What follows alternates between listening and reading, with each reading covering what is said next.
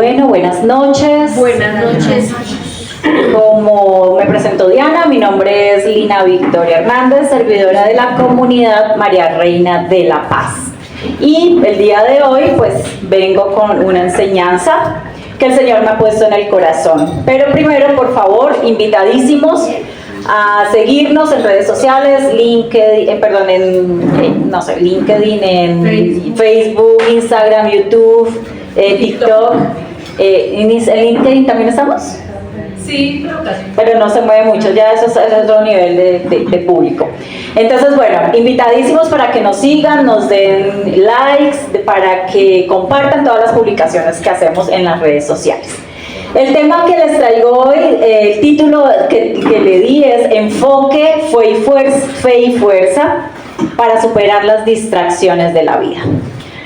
Vivimos en un país lindo, ¿verdad? Colombia es un país muy lindo, hermoso, con gente muy buena, con gente muy trabajadora, con gente alegre, pero también vivimos rodeados de distracciones.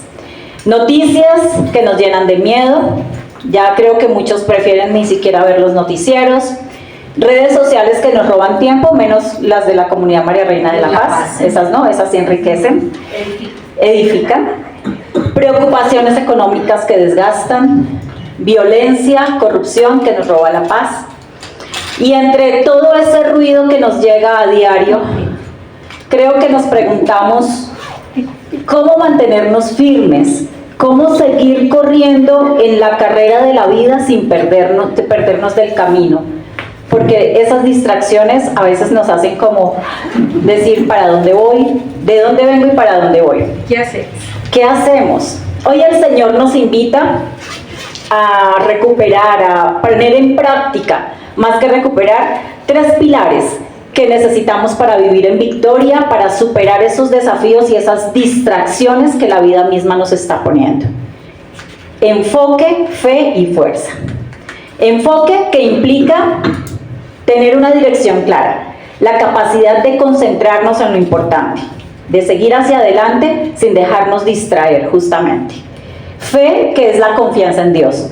Y por supuesto, no creer en nuestras capacidades, sino ponernos primero todas las cosas en las manos de Él para superar las adversidades.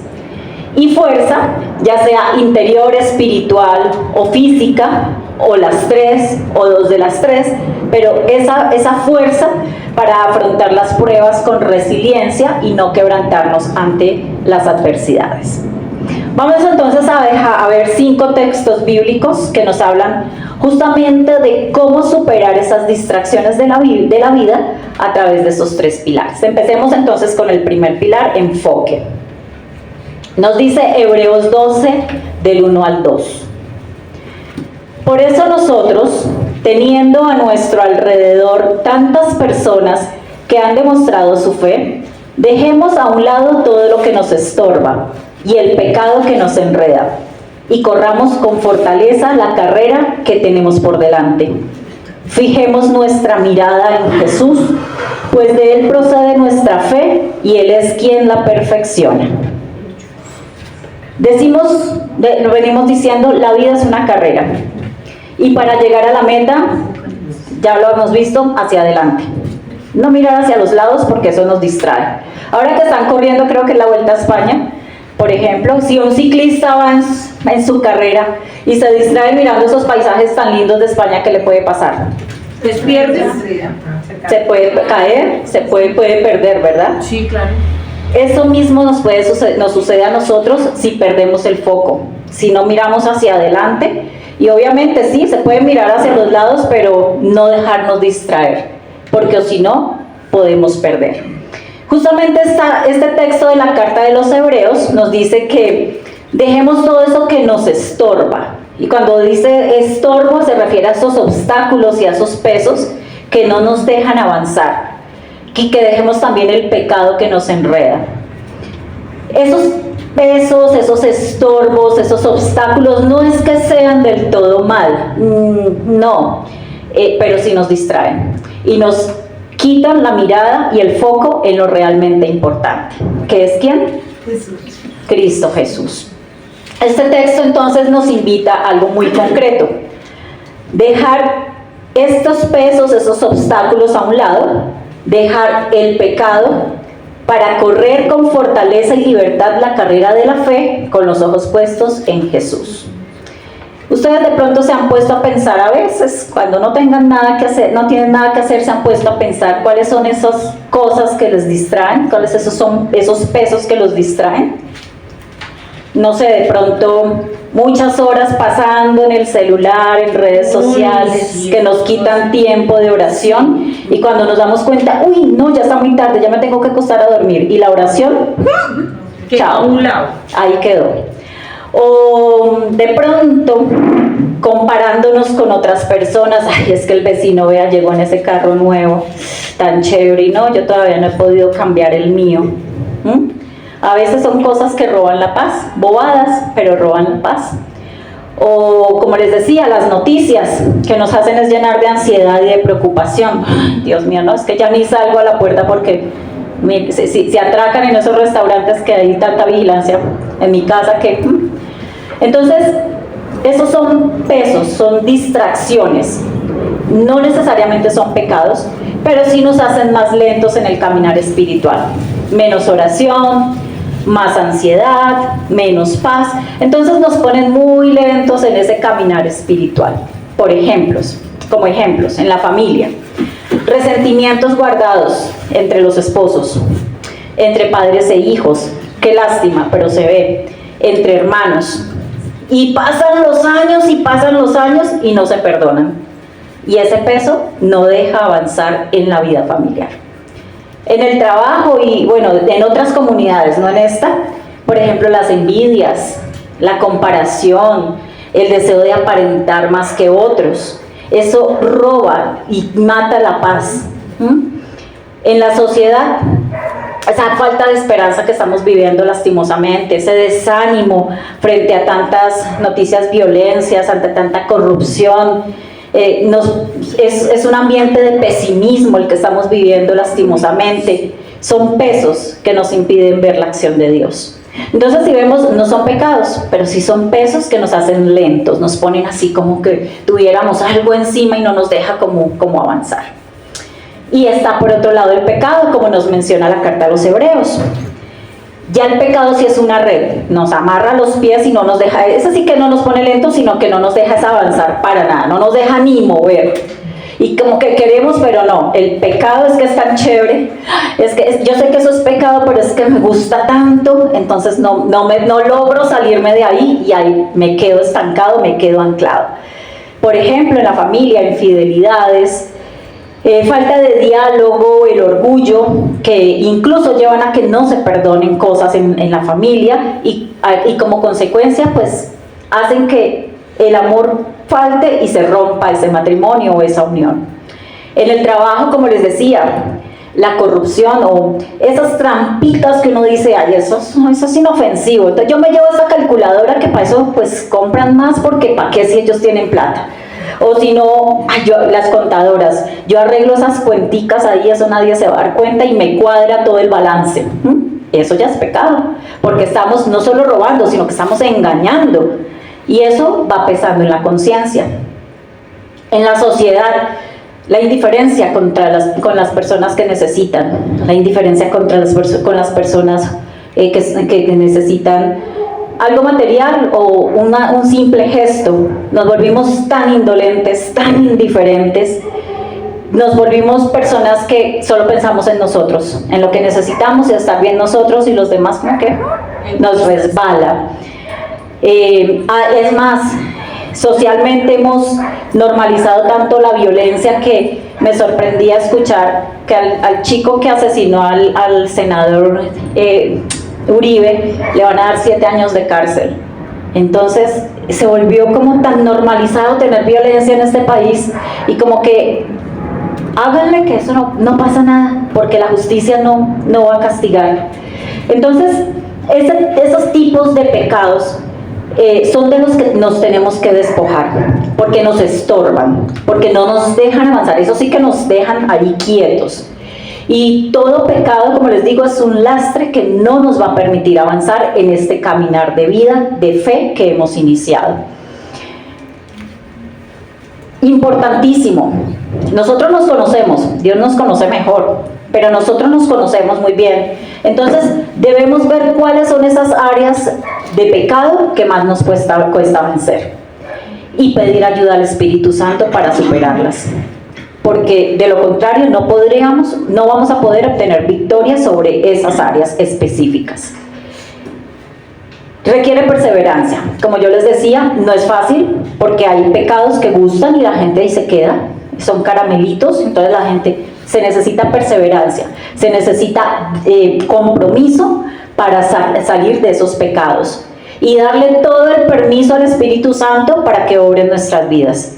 Porque es la única forma que nosotros vamos a poder salir de allí y comenzar a crecer en la fe y en la obediencia. El autor de esta carta también compara la vida cristiana con una carrera. Nos dice, corramos con fortaleza la carrera que tenemos por delante. Fijemos nuestra mirada en Jesús, pues de Él procede nuestra fe y Él es quien la perfecciona. Una carrera. Los atletas saben que si quieren ganar una carrera, tienen que sacrificarse. Mucho esfuerzo, mucha perseverancia. Ellos saben que deben tener una dieta, que deben mantener una rutina de ejercicios, que deben entrenar a diario, sacrificarse en muchos sentidos para poder ganar. ¿Cuáles son esos sacrificios que nosotros estamos dispuestos a hacer en esa carrera que queremos llevar con Cristo? Hay muchos sacrificios. Estar aquí, por ejemplo, para muchos será un sacrificio. Entonces, interioricemos qué es lo que nosotros estamos dispuestos a hacer, a sacrificar, porque queremos caminar con Él. Porque el enfoque nuestro está en Él. Estamos mirándolo a Él. Queremos llegar a ser como ellos, como Él.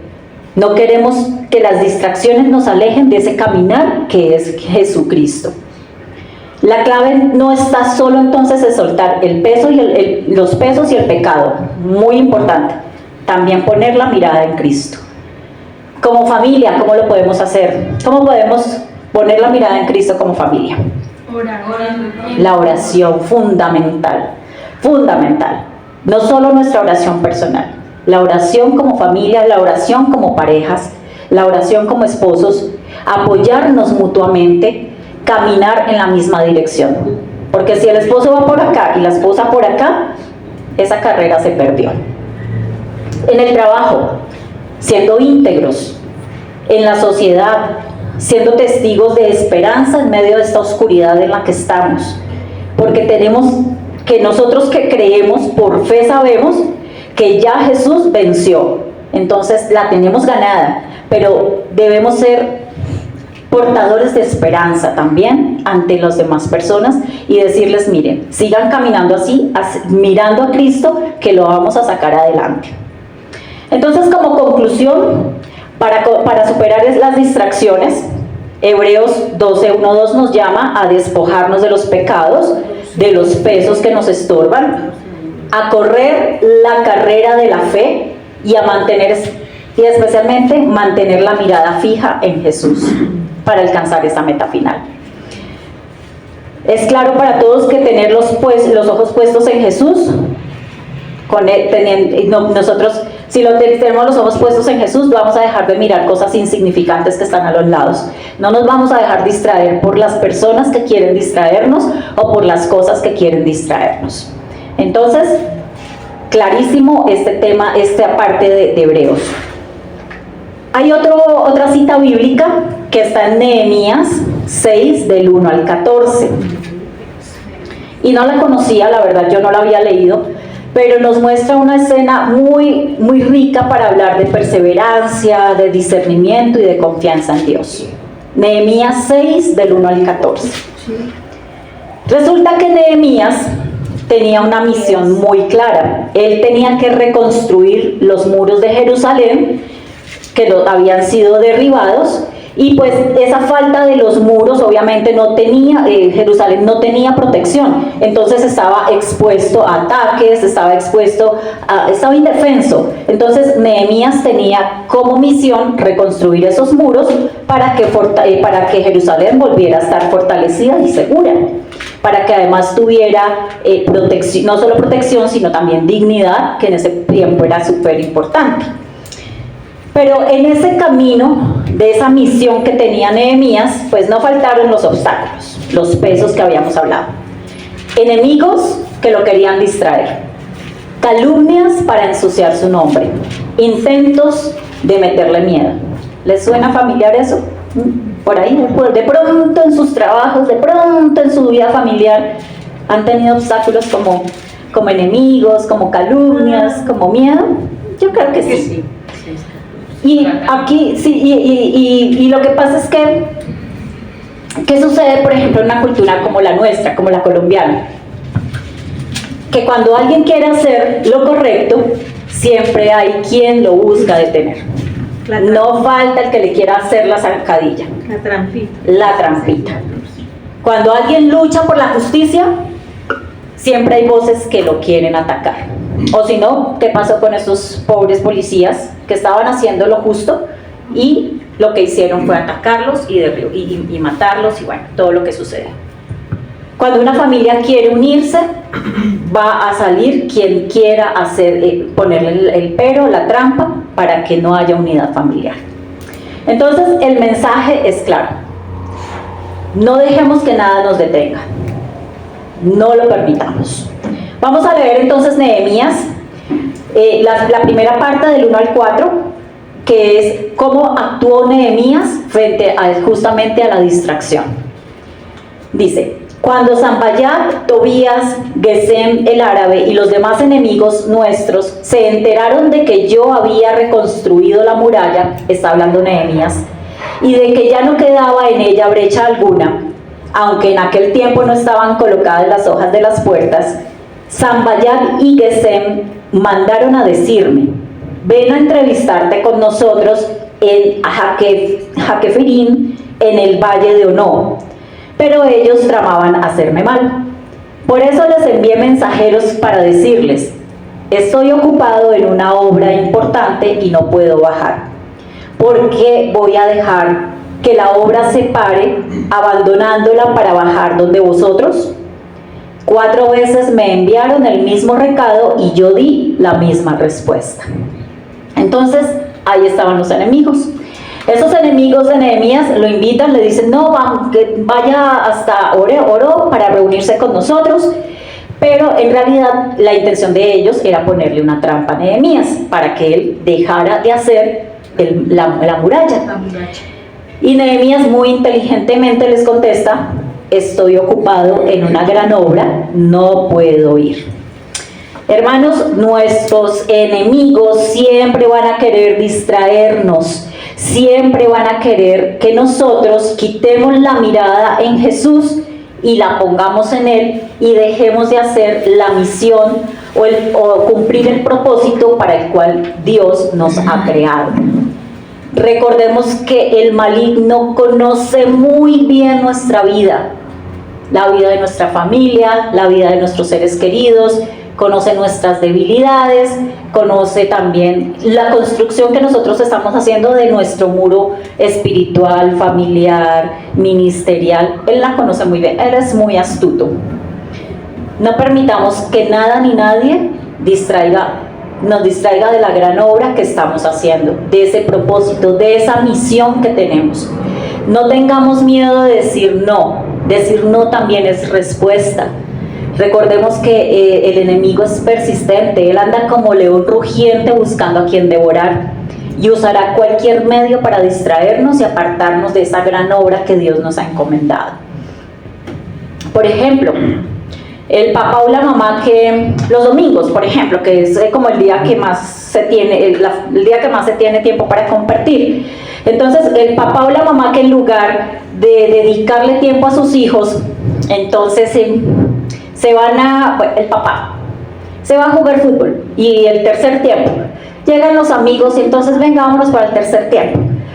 ¿Qué debería ser un papá que está enfocado en Jesús y que además quiere cumplir con el propósito y la misión que le ha encomendado el Señor? Pues no ir. No ir, no. Al tercer tiempo. Al tercer tiempo. Está bien que juegue Pues al fútbol. partido, pero al tercer tiempo. Exactamente. No se va a satanizar el hecho de que vaya al deporte. Exactamente, es eso, porque su misión está con su familia, está con sus hijos.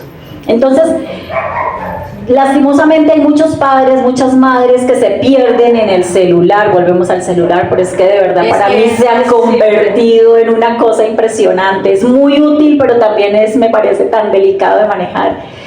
Entonces se pierden o en el licor o en las amistades que no edifican y dejan de lado la obra que tienen en su familia por esas distracciones. Nehemías nos enseña entonces a decir, no, mi prioridad en esta gran obra que Dios me confió. Mi prioridad es esta gran obra que Dios me confió. Continuemos con Nehemías frente a la calumnia, versículos 5 al 9. Entonces Sanballat me envió a decir por quinta vez lo mismo por un criado suyo que traía una carta abierta, en la que estaba escrito, se oye entre las naciones y así lo afirma Gazmú, el rumor de que tú y los judíos están pensando sublevaros, que para ello reconstruyes la muralla y tratas de hacerte su rey, que incluso has designado profetas para proclamar acerca de ti en Jerusalén. Judá tiene rey. Estos rumores van a ser oídos por el rey, así que ven para que tomemos consejo juntos. Pero yo les mandé decir, dijo Nehemías, no hay nada de eso que dices, son invenciones de tu corazón. Porque lo que querían era meternos miedo pensando, desfallecerán sus manos y no acabarán la obra. Pero por el contrario, yo me reafirmé más. Ahí tenemos a los enemigos de Nehemías acusándolo falsamente de querer hacerse rey. Pero todo era mentira, lo que estaban buscando era desanimarlo. Y Nehemías, como les digo, es muy inteligente, no pierde tiempo defendiéndose. Él sabe que Dios conoce lo que él está haciendo y lo que hace es orar y decirle, Señor, fortalece mis manos. Nehemías permanece firme y determinado en esa misión que él tenía. Acá un ejemplo que para nosotros no es extraño, pero para personas que no están en este caminar, ¿sí? Por ejemplo, el joven que quiere vivir en pureza o en castidad. ¿De qué le dicen? ¿Qué le dirían los amigos? Está loco, usted es anticuado, eso ya está mandado a recoger, bambó. Entonces, si ven como los enemigos quieren venir como a dañarnos la cabeza, diríamos nosotros, y hacernos cambiar de idea y hacernos que no permanezcamos firmes y que no tengamos la mirada puesta en donde debemos tener la mirada.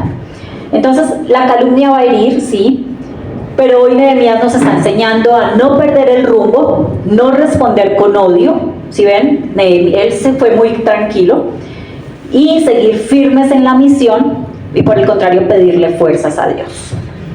En los versículos 10 al 14, Nehemías frente al miedo. Había ido yo a casa de Semaías, hijo de Elaías, hijo de Mehetabel, que se encontraba detenido. Dijo él, démonos cita en la casa de Dios en el interior del santuario. Cerremos las puertas del santuario porque van a venir a matarte. Esta misma noche vienen a matarte. Pero yo respondí, dijo Nehemías, ¿un hombre como yo va a huir? ¿Qué hombre que sea como yo entraría en el santuario para salvar su vida? No iré. Pues comprendí que él no había sido enviado por Dios, sino que había dicho esta profecía sobre mí porque Tobías le había comprado, para que yo, llevado del miedo, lo hiciera así y pecase. Y esto me diera mala fama y pudieran burlarse de mí. Acuérdate, Dios mío, de Tobías por lo que ha hecho, y también de Noadía, la profetisa, y de los demás profetas que trataron de asustarme. Acá tenemos un profeta falso que lo invita a Nehemías a esconderse en el templo porque lo iban a matar. Y Nehemías nuevamente de manera muy inteligente dice, los hombres como yo no huyen ni se meten en el templo para salvar el pellejo, yo al menos no lo haré. Muchos vivimos con miedo hoy en día, hablábamos de eso ahora. Miedo a la violencia, miedo a perder el empleo, porque ya esto se volvió también parte de que es que están sacando gente de la empresa, de que están echando, entonces miedo a perder el empleo, o miedo, hasta las mismas personas de la familia le empiezan a meter miedo a uno, y el miedo paraliza. Pero Nehemías nos enseña a discernir, y algo que yo ya les había dicho en alguna enseñanza. No todo consejo viene de Dios, aunque parezca religioso. Tenemos que ser muy sabios y pedir mucho discernimiento al Espíritu Santo, porque pueden ser consejos que uno diga, oiga, sí, lo está diciendo por mi bien, oiga, sí, me lo dice porque es que es una persona de fe, es una persona religiosa, pero no todo consejo viene de Dios. Hay que tener mucho discernimiento al respecto. Y Nehemías nos está mostrando una vez más que la fe vence el miedo. Cuando sabemos que la obra es de Dios, pues nada va a poder detenernos. Entonces aquí dos cosas para recordar. Uno, el mal no descansa, no duerme, nunca deja de atacarnos, es muy persistente. Y otra cosa, conocer la palabra de Dios. Al conocer la palabra de Dios, conocemos la voluntad de Dios. ¿Qué pasa? Que cuando nosotros no leemos la palabra, no la estudiamos más que leerla, pueden venir a distraernos y pueden venir a darnos consejos que pensaremos van a ser de Dios cuando no lo son. Pero si no conocemos la palabra de Dios, como le pasó a Jesús en las tentaciones, que la conocía también, que con las mismas palabras, la misma palabra de Dios contestó, entonces pueden venir a distraernos. Hermanos, ningún profeta verdadero, ningún hermano verdadero nos pedirá desobedecer la palabra de Dios. Pero si no la conocemos, podemos caer en ese error de desobedecerla. Vamos con el segundo pilar, la fe. Mateo 14, 28, 30. Entonces Pedro le respondió, Señor, si eres tú, ordena que yo vaya hasta ti sobre el agua. Ven, dijo Jesús. Pedro entonces bajó de la barca y comenzó a caminar sobre el agua en dirección a Jesús. Pero al notar la fuerza del viento tuvo miedo y como comenzaba a hundirse gritó, sálvame Señor. Mateo 14, 28, 30. Conocidísimo este texto. Pedro camina sobre el agua, él se atrevió a dar el paso que los otros discípulos no se atrevieron a dar. Y mientras estaba mirando a Jesús, caminó sin problema. Pero cuando se distrajo porque el viento, porque las olas, porque sutanito, porque perencejo, pues comenzó a hundirse. Y eso es lo que nos pasa a nosotros. Esa barca puede representar nuestra zona de confort, nuestra zona de seguridad, no es lo cómodo que nosotros conocemos. Pero cuando tenemos algún problema, ¿qué pasa con la fe?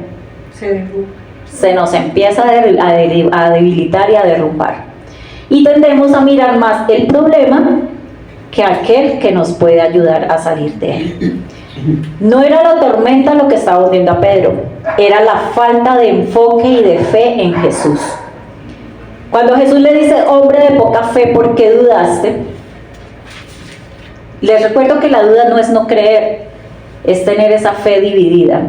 Un ojo en Jesús y el otro en el problema. En lugar de todo, Señor, tengo este problema, ayúdame tú. No, tenemos como el ojito hacia allí y el otro hacia allí.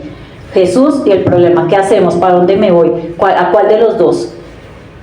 Sin embargo, en este texto hay que reconocerle algo a Pedro, y es que él no intentó salvarse solo, por lo menos gritó, Señor, sálvame. Una oración cortica, pero poderosa, Señor, sálvame. Y así podemos hacer nosotros también. Si estemos en un problema, Señor, sálvame, ayúdame. Ahora pregúntense ustedes mismos, ¿en qué tienen los ojos puestos hoy? ¿En Jesús o en la tormenta? Este evangelio nos muestra que la vida cristiana es un caminar sobre las aguas. No es una vida fácil. Nos vamos a tener miles de problemas. Hay vientos, hay olas, pero si confiamos en Jesús, pues vamos a podernos mantener en pie. Y hoy el Señor nos dice a cada uno de nosotros, vengan, como le dijo a Pedro, ven. Porque Él nos está esperando. Él tiene los brazos abiertos esperando a que nosotros lo busquemos para decirle, Señor, necesito esto, Señor, tengo tal problema. A veces nosotros tenemos tan poca fe que no lo hacemos. La fe, según Mateo, Supera todas las distracciones de la vida al mantener los ojos puestos ¿en quién? En Jesús. También encontramos en Filipenses 4:13 una frase que yo digo que se volvió un cliché: todo lo puedo en Cristo que me fortalece. Y lo ponen y lo publican. Y este texto lo escribió Pablo desde la cárcel. Él no estaba en momentos en momentos fáciles, él estaba en momentos muy difíciles en medio del sufrimiento, y quizá por eso tiene más valor. Justamente lo que quiere decirnos Pablo es que no es que no vayamos a tener problemas, porque sabemos que los tenemos. Lo que significa es que en Cristo podemos vencerlos. No va a ser un eslogan, no es para que lo publiquemos y ya, él se quedó. Es para que lo creamos, es para que lo vivamos, es para que entendamos que podemos hacer, que no podemos hacer lo que queramos, sino que tenemos que, hacer lo que el Padre quiere, y que podemos confiar en Cristo, en la fe en Él nos va a permitir perseverar y mantenernos adelante y superar todas estas dificultades. No vamos a tener todo lo que queramos. El que esté pensando en eso, hace poco escuchaba, no sé si han escuchado, ya se me olvidó el nombre de ese libro, que entonces si quieren conseguir casa, carro y beca al comienzo del año, finalizando año, comenzando el año, recorten las imágenes de lo que quieren conseguir y péguenlos y no, eso no es programación neurolingüística, pero bueno, es como una especie de programación. Y entonces manifiéstenlo y lo van a lograr. Claro, sí. No vayan a trabajar que lo van a conseguir. No vayan a poner todo en manos del Señor, que van a conseguir todo lo que peguen allí. Así mismo es. Nosotros no vamos a tener todo lo que queramos, pero sí vamos a tener la fuerza que Cristo nos da para lograr lo que estamos necesitando. Quizás yo quiero ser rica hoy, pero Cristo me va a dar la fortaleza en medio de la pobreza, si es que el Señor así lo dispone. Quizás yo quiera tener salud, pero Cristo me va a dar la fuerza en la enfermedad. Quizás yo quiera reconocimiento, pero Cristo me va a dar humildad en el anonimato. Entonces, Dios nos recuerda que nuestra fuerza no viene de nosotros, viene ¿de quién? De Cristo Jesús. Como dicen en los matrimonios. En la abundancia o en la escasez, en la alegría o en la tristeza, en la salud o en la enfermedad. Digamos como dijo Pablo, todo lo puedo en Cristo que me fortalece, y vamos a lograr superar todo. Entonces les digo, esta no es una frase de adorno, es una convicción de vida. Y el tercer pilar, la fuerza, en Isaías 40:31 nos dice: pero los que confían en el Señor tendrán siempre nuevas fuerzas y podrán volar como las águilas. Podrán correr sin cansarse y caminar sin fatigarse. Y yo creo que todos sabemos lo que es estar cansados. Por ejemplo, allá a Luxandra la veo súper cansada hoy. Después de un día de trabajo queda uno que dice: estoy rendido. Si tenemos problemas en la familia, es un cansancio emocional que agota, que como que uno sí queda, no quiero pensar más en ese problema. Hay cansancio espiritual también, ¿no es cierto? Por ejemplo, el que ora y el Señor no me responde, y me cansé de orar porque ya el Señor no me respondió. En este pasaje Isaías le habla justamente a un pueblo cansado, a un pueblo que está desanimado, a un pueblo que siente que Dios se olvidó de él, y es cuando el profeta les dice: los que esperan en el Señor renuevan sus fuerzas como las águilas.